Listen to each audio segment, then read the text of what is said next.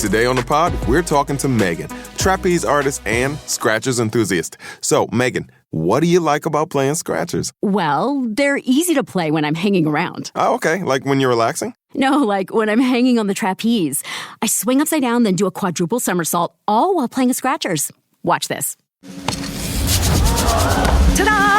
Unbelievable. I know, right? Scratchers from the California Lottery. A little play can make your day. Please play responsibly. Must be 18 years or older to purchase player claim. Good Tuesday morning. Welcome into the 7 a.m. hour of the Morning Roast on 92.9 The Ticket, broadcasting from the Greenway Equipment Studios, your locally owned John Deere dealer. See the Smith Brothers in Bangor and Ellsworth, because nothing runs like a deer.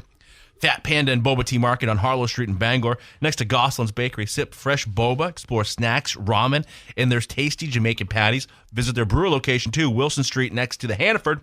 And Next Home, they're the market leader. Get looped and get sold with the Next Home experience. Brian Sullivan, Greg Hirsch, Marqus Cesar here on this Tuesday morning. Greg, how are you? Oh, getting going, man. It is, it's a nice little short week. That's all right. I love Memorial Day weekend. Just kind of kicking things off. And I'm ready for summer now. Yeah, you want it to be summer. Yeah. But summer it ain't. And no, it's not. It's not. But it's beautiful spring weather. I'll take it. Marcus, how are you? Doing good. And yeah, spring weather, it's in a really weird spot, but I love it. I really do. Yep. I don't know. I didn't used to appreciate rain as much as I do now. So when your life is dictated by setting up ticket TV games, you're just like, rain. Please. Some days we keep moving through the rain. Yeah. But yeah, no, I mean, that's part of it. It was, every now and then, it is nice to have an excuse to just kind of sit around. Yeah. Yesterday got really nice in the end, though. Yeah, it did. Here's the issue for me in my life is that my children are like Pavlov's dogs when it comes to a single raindrop. Literally, we were outside 2 days ago, and Lou got one raindrop on his head. He looked up. He goes, "Oh, it's raining. Let's go to the Orono Jump Park." That's always the immediate place, it's right? Just like they think it's like freedom of speech, yeah, the right to bear arms, and when it rains, the Third Amendment is you can go to the Orono Jump Park. Right. That's the place we go to burn off energy. And it serves a purpose. Sure. On a rainy day. Yep. Yesterday, I'm told it was cranking. I had to work a little bit yesterday, but my wife brought him up there. But it's also, we're at a point now, too, where my wife can call a couple other friends and say, hey, we're going to the jump park. Right. They watch themselves. Yeah, and perfect. You just kind of oversee and man the door. Like, nobody's getting past me here. Yeah. Right. Just make sure everybody's safe. But it's a lot. It's like they just think it's their right as Americans. Well, I remember hearing that in Hamilton. Whole song about it. Yeah, so. Exactly. I think it was Van Halen's Jump that they worked in there.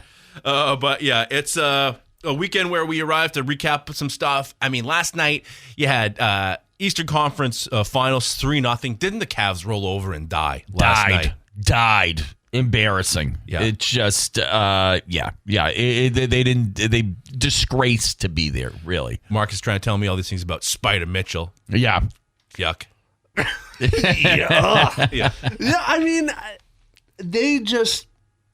I think James Harden got in there, and that messed up whatever kind of flow that they had.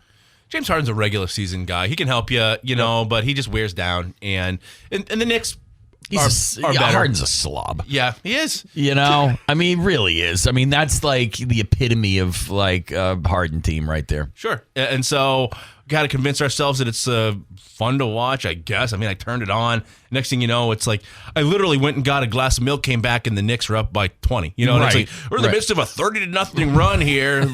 This thing's over. Cavs are playing with only 3 guys. Right. James Harden's at the Golden Banana.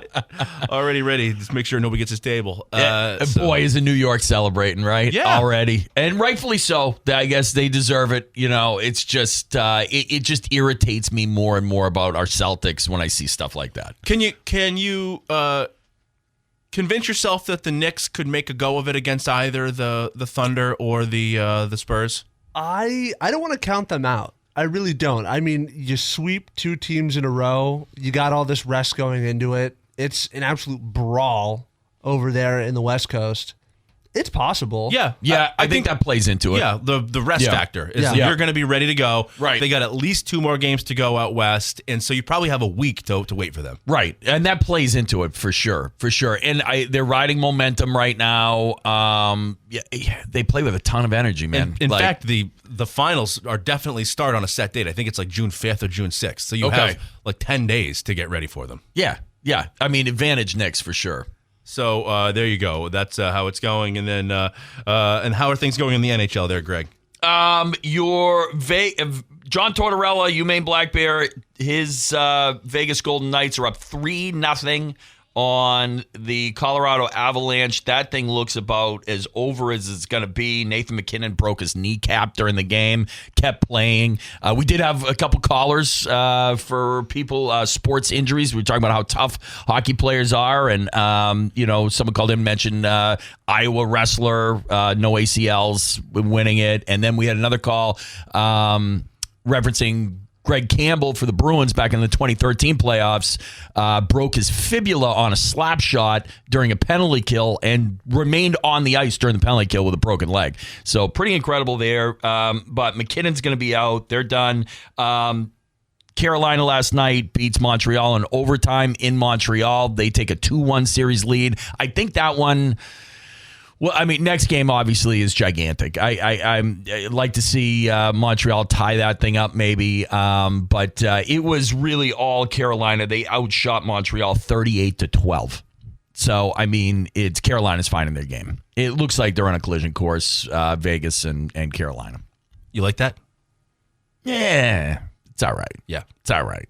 Carolina never does it for me. I like Brenda Moore, their coach. Yeah, I just 2 non-traditional NHL teams. It doesn't really do it for me. Right. Yeah. And Vegas as a sports power. Yeah. Does that do it for us? Is Vegas a good sports city? Like, do you? I kind of like. I'm not as against Vegas for some reason. Like, I just think Vegas is just it's a traditional American city. I mean, it is Vegas, right? Like, they need to have entertainment, whatever it is. Sure.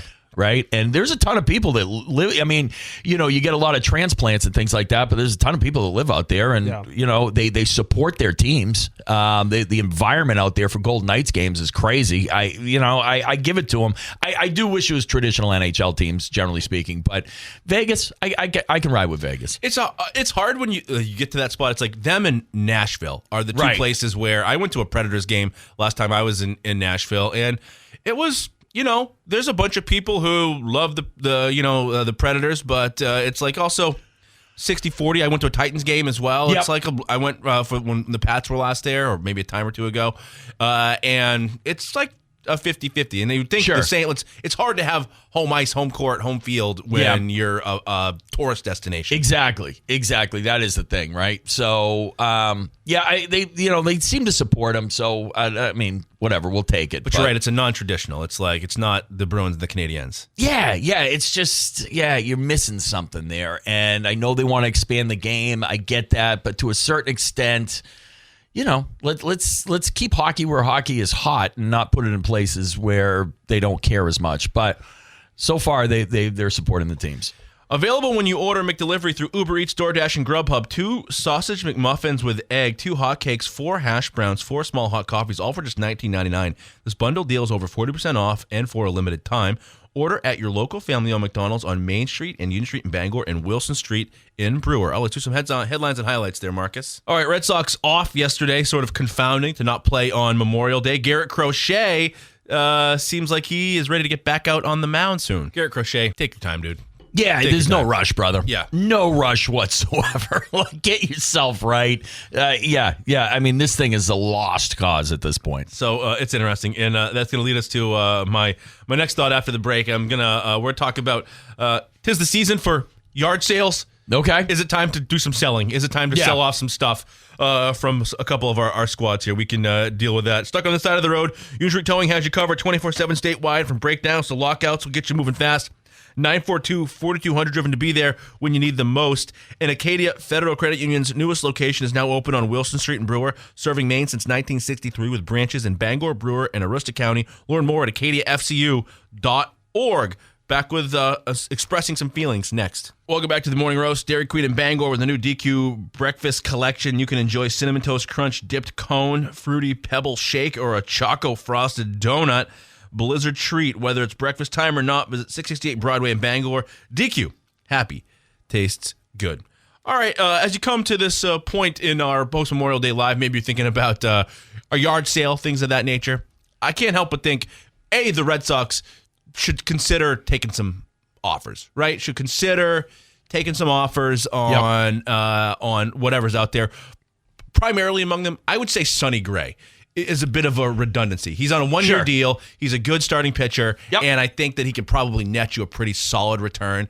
You want to convince me that Aroldis Chapman is, I hate to see him go, but we're 10 games under 500. Yeah, we don't need him. Yeah, so when you lock down every sixth game where you need him, okay, I convinced that.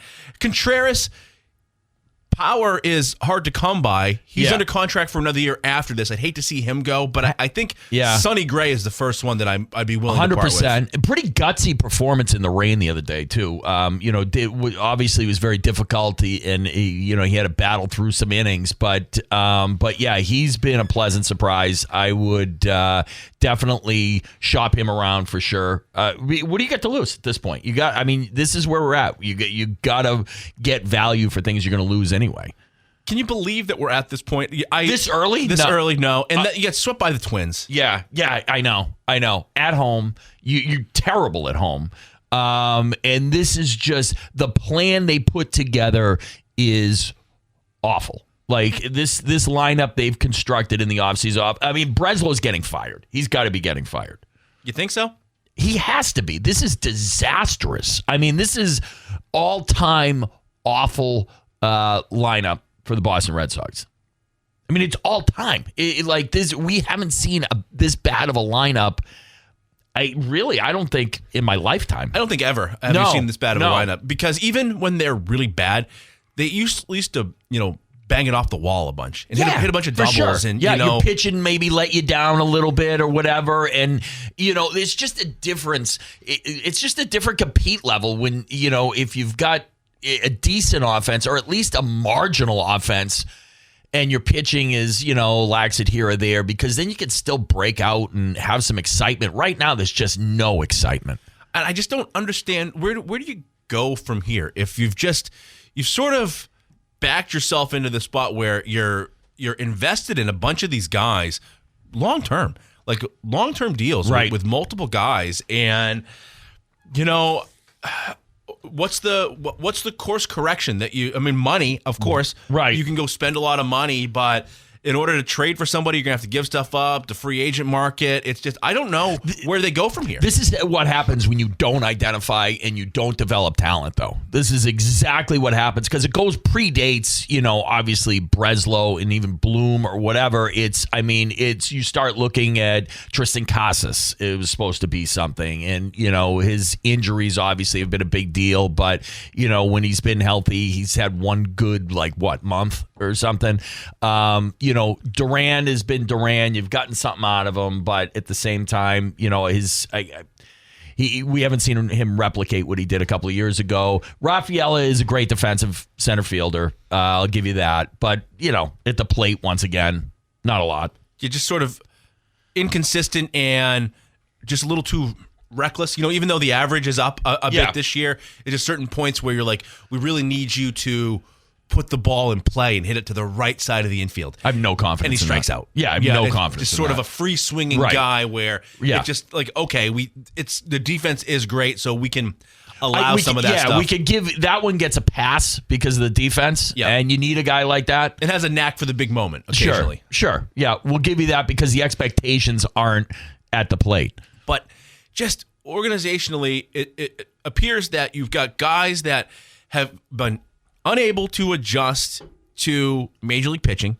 The league figures out how to get you out, and then they get you out. Yep. And you don't figure it out from there. I'm talking to you, Marcelo Meyer. I'm talking to you, Christian Campbell. And I'm kind of talking to you this year, Roman Anthony. Yeah. Right? I'm definitely talking to you this year, Roman Anthony. And the list goes on. And then you've got guys that also just can't stay on the field. So is it just a series of unfortunate events, bad luck, for for the Boston Red Sox that your young guys can't stay healthy and can't adjust to Major League Baseball? Or is it organizationally you're not doing the things to support them the correct way? Are you not? Is it your strength and conditioning program? Is it your coaching? Are you what are you doing wrong that your guys are unable to hit Major League pitching and stay on the field consistently, or is it just you got a bunch of soft guys? Right. I think it's a combo. I think it's a combo of both, right?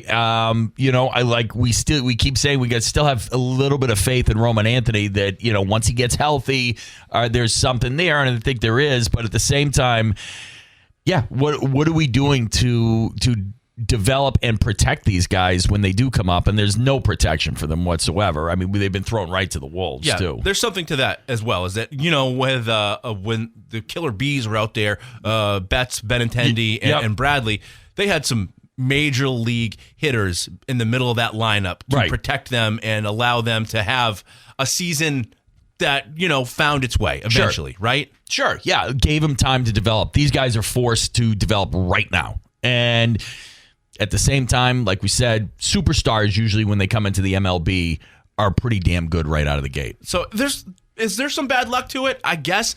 But organizationally, you've just alley you've tried to travel down has turned up to be a pretty scary. There's been a dead end. Yeah, there's some mean guys in the alley out there. Like the Trevor Story alley. Right. You got mugged. Right. Like they took your wallet and beat you up pretty good. Sure. Wilson Contreras is about the only avenue that they've traveled. And then you can say Sonny Gray and Suarez, but have been, as advertised, right? Oh, yeah. Pitching beyond Bayo has, been stellar, really. But in terms of the spots where you've turned to for offense and your starter at those spots, there's really not across the board aside Abreu. It's Abreu. But even Narvaez. Right. I thought they had something in Narvaez, so a guy a catcher who can play some defense and swing for the downs. Yeah. Hit 215, 225, but hit the ball out of the ballpark 15, 20 times a season. Exactly. Give me 20 home runs. And now you're ceding playing time to Connor Wong because he's been better. I know. That's been a huge disappointment this year. I expected Narvaez to take a jump, and he's gone the other way. Yeah, and so, Duran hits 3 consecutive games, and we're ready to say he's back, and he just isn't. Because we want to. Sure. We want that to be the case. Yeah. We want that to be true. It's just not. Yeah. It is the most disheartening Red Sox season in a long, long time. They've got too many guys that do the same thing, and they need, Manny Ramirez. Yep. Name me big right-handed bat in the middle of that lineup. That if Trevor Story was having the story he had, the season he had last year, it'd probably be a little different. Yeah, but he stinks. Yeah, exactly. And he's if he's probably going to get, I don't know, who knows. I bet we don't see him again this year. Right. Yeah, you probably don't. No, he's probably done. So it's just I don't know how you claw your way out of this where organizationally it just seems like things don't work. You sell. You absolutely sell right now. This is, this is the definition of when it's time just to clean house. This is it. You got nothing. Yeah. Hopefully their Memorial Day was spent fielding calls, making calls. And then you're also, so Breslow's now going to be the one who's tasked with identifying other organizations' players and getting the return for these pieces that we're going to then sell off. Right. Yeah, I expect him to get fleeced. So we'll see what happens there. Let's see. The 2026 Ticket Awards are coming right up. They're June 22nd at Hero Sports Grill in downtown Bangor. You can vote now for all of the fall categories through Wednesday, tomorrow, May 27th. You can cast your votes for everything at 929theticket.com. And Casella, good pay, good people, good life. Find your place at powerofhardwork.com. All right, back with more right after this. Ticket TV on demand. If you missed a game on Ticket TV, no problem. Every game is available on demand at 929theticket.com. The crew in action today in Brewer. Mesolonsky baseball and softball games will be on at 7 o'clock this evening. Both baseball and softball. So there you go. Ticket TV back in action this afternoon, or I should say this evening. We're going to talk with Mike DeBate, who covers the Patriots and the NFL in general, in just a couple of minutes. Does so for Sports Illustrated. But Patriots on the eve of organized team activities, a bunch of stuff to follow as you get into that first chance of seeing everyone together. We think everybody will be there, right? Probably no Booty. No, yeah, I would assume Booty's not there.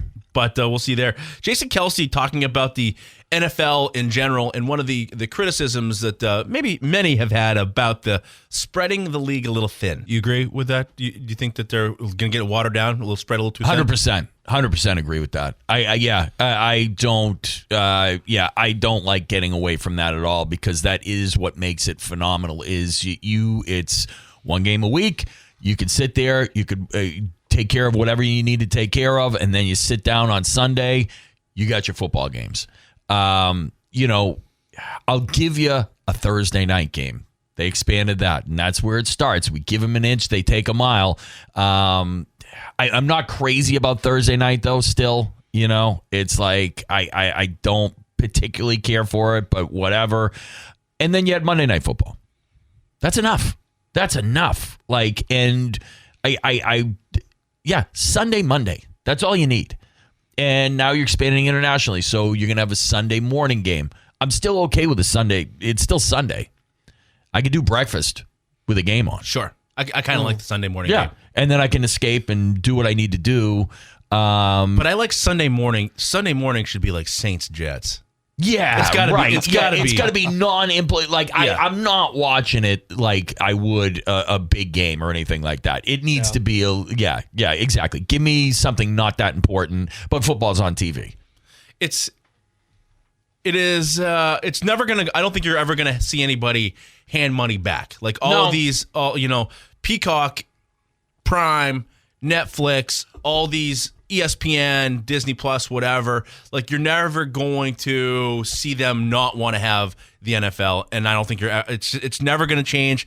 The only thing it would be if they, as it expands more, is that eventually do you get more teams, or do they expand? Right. Is expansion coming in the NFL? More weeks? Yeah. It's headed towards, sure. Like I talked about this with these guys. It's like headed towards CSI, Walking Dead, where it's like you take something that was so good and you spread it thin, where eventually the quality suffers. Yeah, the quality suffers. Right. And that's just what'll happen. But because we all have fantasy teams and DraftKings accounts, it probably doesn't go away, and just you sort of deal with, CSI New Orleans. Yeah, I know. And you're going to be getting into the world of mandatory weeks off for players.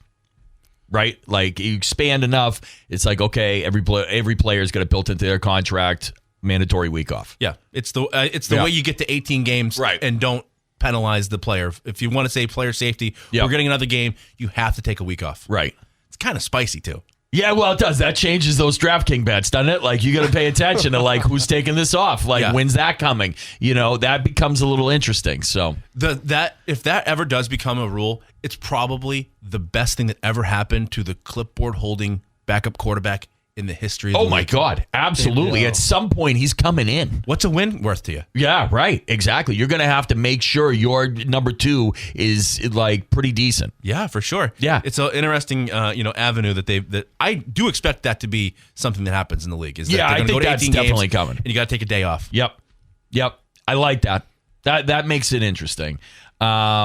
But yeah, they got to do it is all over the board with the games and everything, and not to mention the fact that it's trying to find the damn games all over these streaming services. Yeah. Let's see. Dean's Detailing is the leader in auto detailing and has been for over 55 years. Renew your vehicle's appearance, protect your auto investment, and look good and feel good in a clean, shiny car. Book your appointment at deansdetailing.com. I'm going to talk with Mike DeBate on the eve of Patriots OTAs next. Hero Sports Grill and Entertainment Center is the official sports grill of the roast in downtown Bangor, and at herosportsgrill.com. Now joining us on the Heroes Hotline is Mike DeBate. Mike, how are you on this Tuesday morning? I'm doing well. Thanks so much for having me on today, bud.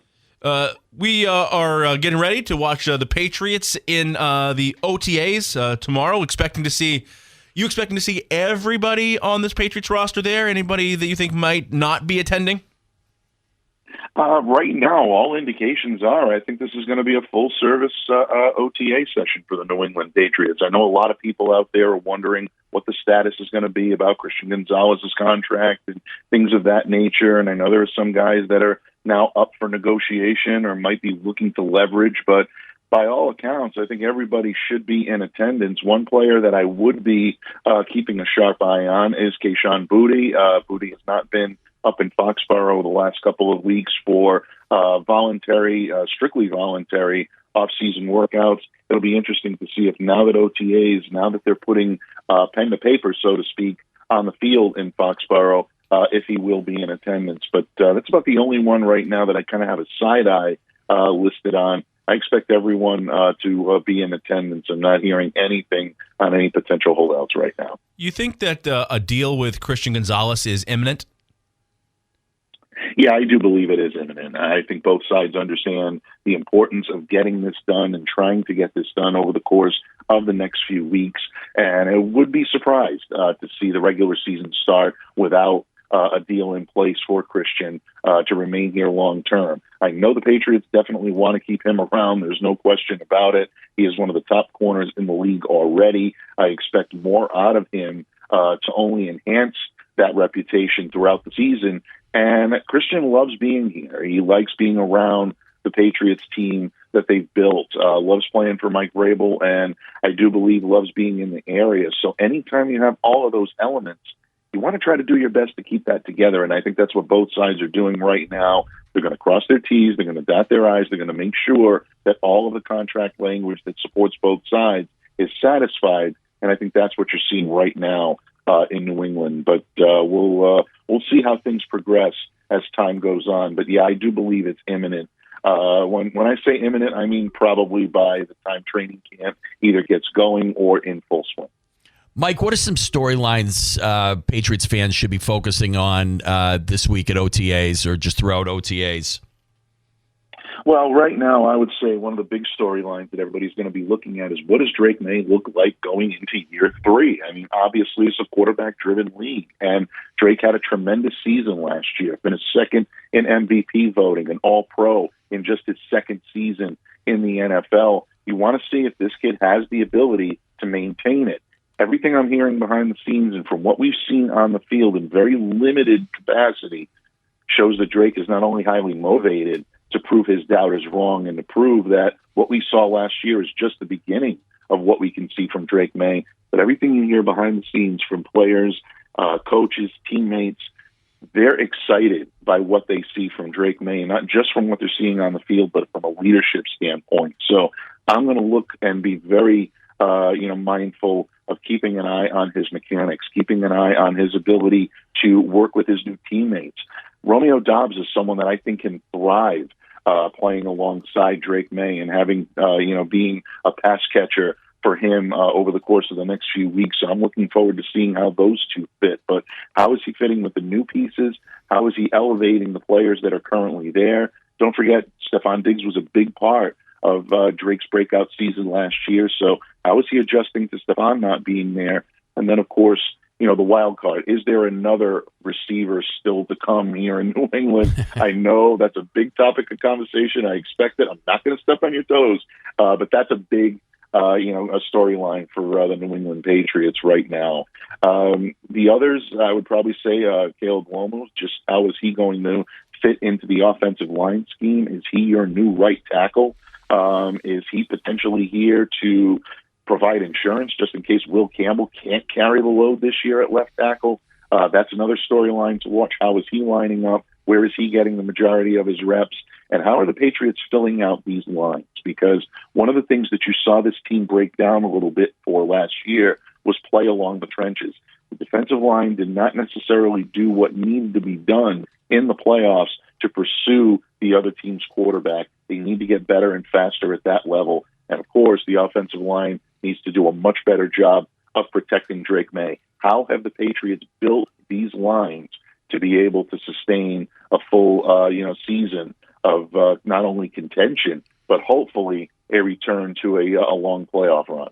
Yeah, you draft left tackle 2 years in a row in the first round. You're certainly putting a paramount on protecting the quarterback. You mentioned the potential of another wide receiver coming to New England. We are now less than a week away from June 1st. Is your expectation that A.J. Brown does come here, and what is the exchange of assets or players or picks to get A.J. Brown here? Yeah, I mean, I think it's almost a foregone conclusion at this point that this is going to go down. I mean, all signs seem to be pointing toward A.J. being on his way to New England. The only question right now is compensation. You're hearing a lot about first-round picks, and I'm not going to deny and say that I haven't heard the same things in my circles or that that's a possibility and a very real possibility. But I am going to say that I do believe it's not the only possibility. A lot of posturing is done during the back and forth period, which is where we are right now between these two teams. Obviously, Philadelphia wants to feel that they're getting not only full value, but also maybe holding the Patriots' feet to the fire a little bit in case of bringing AJ in and helping to bolster this offense.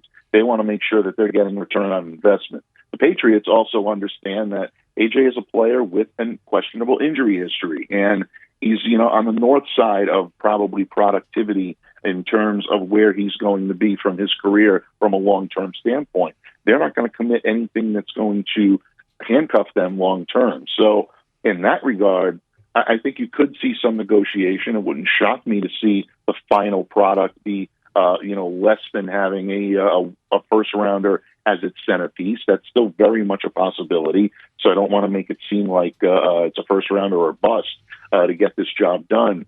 I know there are a lot of negotiations out there that, or reports of negotiations, I should say, out there about AJ potentially, on his way to the Jaguars, or I know we've heard some other teams getting involved. I still believe it's a two-horse race between, New England and Philly, and I believe they will hammer this one out, but it's just a matter of getting the salaries right. And, of course, as we all know, this is taking until June 1st to make it a lot more palatable for both sides in terms of working out a long-term deal with AJ from a Patriots standpoint. And, of course, the amount of dead money that Philly would have to incur if they traded him prior to June 1st. So we're almost there, Patriots fans. One way or another, we're going to get an answer pretty quickly. All right, he's Mike DeBate. He is a writer and content creator for Sports Illustrated on the New England Patriots All Pats Talk podcast. Mike, when's the latest? What's your next stuff you got coming out? Where can we find you? OTA previews all week long, folks, and then we're going to be bringing you boots on the ground coverage as well. So be sure to check out New England Patriots on SI. You can find all of my written work there, and of course, definitely keep a sharp eye on my social media page, especially on X or Twitter at MDABATE NFL. The Patriots No Huddle podcast with myself, Derek Havens, and Steve Balistrieri. We'll be talking about all things New England Patriots, and we're interactive. So if you have any questions, be sure to drop us a line during the show, and we'll definitely be sure to address your questions on air. All right. I'm interested to see. I want to see where Caleb Lomu lines up tomorrow. That's going to be interesting. Yeah. Does he go left? Does he go right? That's, that I think that one's telling. I think right. I'll be interested if it's left. Oh, without question. Absolutely. And I would caution everyone, and you guys as well, keep a sharp eye on how this is progressing throughout OTAs, throughout minicamp, throughout training camp. If he gets more reps at right tackle one day, it's not necessarily an indicator. What you're looking for here is a pattern when it comes to Caleb. I think that's going to really be telltale when it comes to how the Patriots see him and what they feel he can do. And, of course, the wild card in all this is the health and long-term, prospect of Morgan Moses. He right now is your starting right tackle. Will is your starting left guy. How is this going to all shake out? Is Caleb going to be a swing tackle for this first year, or does he get starting team reps because of either an injury or, a player not necessarily living up to expectation? I can tell you right now, the Pats got a very good one in Caleb Lomu. It's going to be interesting to see how he fits in this year and beyond. Mike, we appreciate your time. You have a great rest of your Tuesday. Anytime, gentlemen. Thanks so much for having me on. Have a great week. All right, you do the same thing. All right, our takeaways are next. All right, the drive back in action this afternoon after the long holiday weekend. Red Sox taking on the Braves tonight. We're going to say that Spencer Strider from the Braves is going to strike out at least 6 Red Sox. For sure he will. It's just so we're at this point, like that's sort of been the theme of the show is they just, they got swept by the Twins. Yeah. Over the weekend. Abysmal. First time since 94. It's just, this team they can't hit. Historically. All right, what are you leaving with today there, Greg? Yeah. That it? Red Sox can't hit? That's it. They stink. It's going to be a full sell. We don't need to bring anything in here to try to redeem anything because I don't care how bad the American League is. You got to get rid of things and plan for the future. Marcus? I wish I could say something different, but yeah, I think it's about time we say it's time to sell. I mean, this is the point in the year that we've been waiting for, that we've been trying to get to and stay optimistic for. But Tyler's crept in. I'm over it. Yeah, I'm done. It's you've got one of the best offenses, if not the best offense in baseball, coming to Boston for a 3-game series. So we'll see. Maybe they can surprise us. But the Braves and the Guardians are the next 6 games, and those are some pretty quality baseball clubs. Sure. We'll see what happens. Ranger Suarez has been good. We'll see if he can, give up 1 or 2 runs tonight because it's all on him. It's all on Ranger Suarez this evening. Yeah. All right, that's going to wrap it up for the Tuesday edition of the Morning Roast. Back tomorrow at 6 a.m. Have a great day. Picture this. The power goes out, your phone's at 50%, and suddenly your home is cold, dark, and you can't cook a thing. Oh, and it's the middle of winter. It's freezing. Cold air creeping in, and you, wrapped in blankets, hoping the heat kicks back on. Well, not anymore. Meet the new Patriot Power Generator 2200X from 4 Patriots, our biggest solar generator ever, built to keep your essentials running through winter storms, rolling blackouts, ice outages, whatever hits next. It turns on automatically when the power goes out, can run a full-size fridge for up to 3 days, and arrives fully charged, so you're ready the moment the lights go out. And right now, for the first time ever, you'll get a free 200-watt solar panel.